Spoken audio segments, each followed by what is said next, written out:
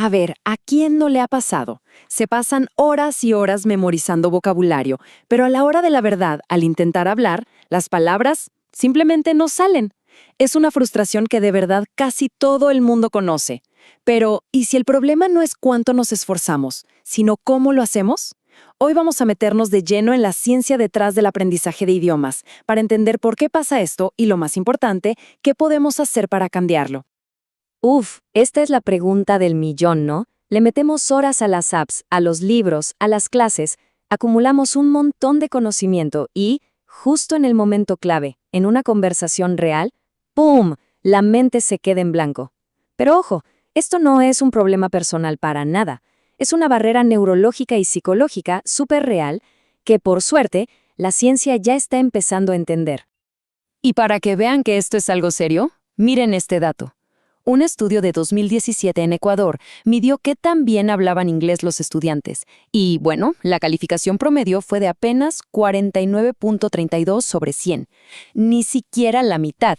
Y esto no es solo un número, ¿eh? Es el reflejo de que algo no está funcionando. Todo ese esfuerzo no se está convirtiendo en fluidez y queda claro que los métodos de siempre, pues, se están quedando cortos. Bueno, esta va a ser nuestra hoja de ruta. Primero vamos a entender bien el desafío de hablar. Después veremos el poder de la repetición y una versión más inteligente, la repetición espaciada. Luego nos metemos a la ciencia de cómo aprendemos de verdad y al final armamos un plan de aprendizaje práctico. ¿Listos? Muy bien, vamos con la primera parte, el desafío de hablar. Y es que el problema va mucho, pero mucho más allá de memorizarse una lista de palabras. Se trata de estructuras súper profundas, casi invisibles, que chocan de frente con la forma en que funciona nuestro idioma materno. Aquí tienen un ejemplo perfecto. El famoso parámetro del sujeto nulo. Suena complicado, pero es súper simple. En español decimos llueve y listo. ¿Quién llueve? No importa, se entiende. Pero en inglés no se puede. Es un error decir is raining. Necesitas sí o sí decir it is raining. Son estas reglas invisibles las que ni pensamos en nuestro idioma, las que se convierten en los verdaderos obstáculos para nuestro cerebro. Entonces, ¿cómo le hacemos para superar estas barreras? Bueno, la primera solución puede que suene un poco aburrida. La repetición. Pero esperen, no es lo que parece. La ciencia nos ha mostrado que, si se usa bien, no es para nada una tarea repetitiva y sin sentido, sino una herramienta súper precisa para, literalmente, reconfigurar nuestro cerebro. En el mundo de la investigación, a esto le llaman reproducción lingüística. Básicamente es una técnica en la que se repiten patrones de forma muy controlada. ¿Para qué?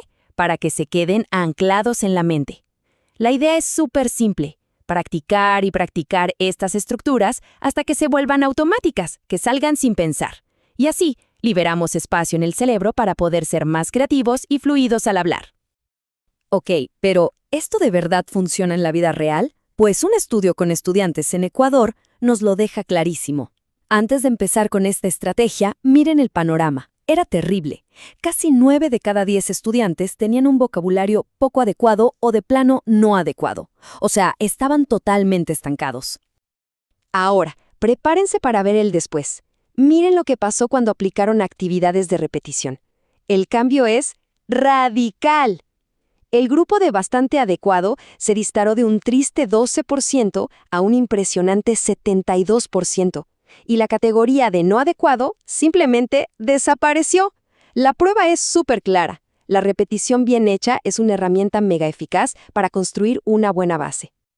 Pero ojo, la repetición es solo el comienzo. Podemos hacerla todavía más poderosa. Piénselo así.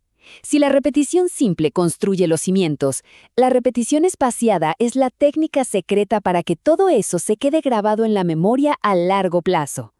Todo esto se basa en algo que se conoce como la curva del olvido.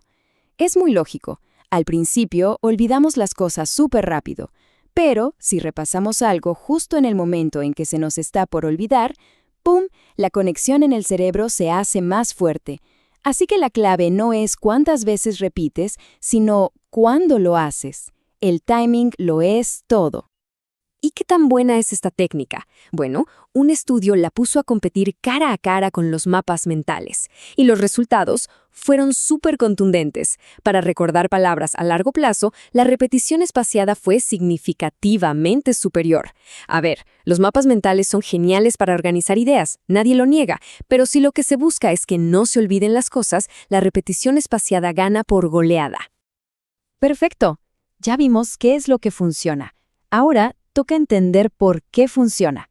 Vamos a meternos en la teoría que hay detrás de toda esta práctica, en la ciencia de cómo adquirimos un idioma de verdad.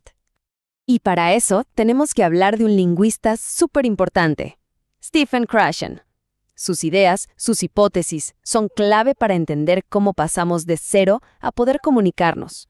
No vamos a repasarlas todas, pero sí vamos a ver las más importantes para armar nuestro plan. Primero, esto es fundamental. Hay una gran diferencia entre adquirir y aprender un idioma. Adquirir es como lo hicimos de niños, de forma natural, subconsciente, sin darnos cuenta. En cambio, aprender es el proceso consciente de estudiar las reglas de gramática, las listas de vocabulario. Y según Krashen, aquí está el secreto. La verdadera fluidez viene de la adquisición, no del aprendizaje formal. Bueno, ¿y cómo se adquiere un idioma? Aquí está la joya de la corona de su teoría. Adquirimos cuando entendemos mensajes que están un poquitito por encima de nuestro nivel. Él lo llamó I+1. Imaginen que I es todo lo que ya saben.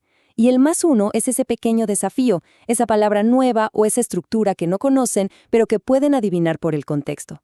Ese es el ingrediente mágico para que el cerebro vaya construyendo el idioma solito. Y por último, tenemos que hablar de algo clave. El filtro afectivo. Krashen dice que es como un muro invisible, un muro emocional, cuando sentimos ansiedad, estrés o, peor aún, miedo a equivocarnos. ¡Zas! Este muro se levanta. Y no importa qué tan bueno sea el material de estudio, nada entra. El filtro lo bloquea todo. Por eso, sentirse a gusto y sin presiones es absolutamente esencial para aprender. Muy bien. Ya vimos el problema, las herramientas y la ciencia que hay detrás. Ahora sí, vamos a juntar todo esto en un plan de acción, en algo práctico para de verdad empezar a hablar mejor. A ver, el plan se resume en 4 puntos clave. Primero, usar la repetición estructurada para que la pronunciación y las frases básicas salgan solas. Segundo, usar sistemas de repetición espaciada para que el vocabulario se quede grabado a largo plazo. Tercero, buscar activamente material que sea entendible pero que también represente un pequeño reto, el famoso I+1. Y cuarto, que podría ser el más importante de todos, crear situaciones tranquilas, de bajo estrés, para mantener ese filtro afectivo bien abajo y dejar que el cerebro haga su trabajo. Entonces, ahora que toda la ciencia está más clara, la pregunta final no es qué más se puede agregar a la rutina de estudio, más bien es qué se puede ajustar. Piénsenlo, ¿cuál sería ese único cambio, por pequeño que sea, que podría transformar por completo la forma en que se aprende un idioma? Dar con esa respuesta personal puede ser de verdad el comienzo de un avance increíble y mucho más disfrutable.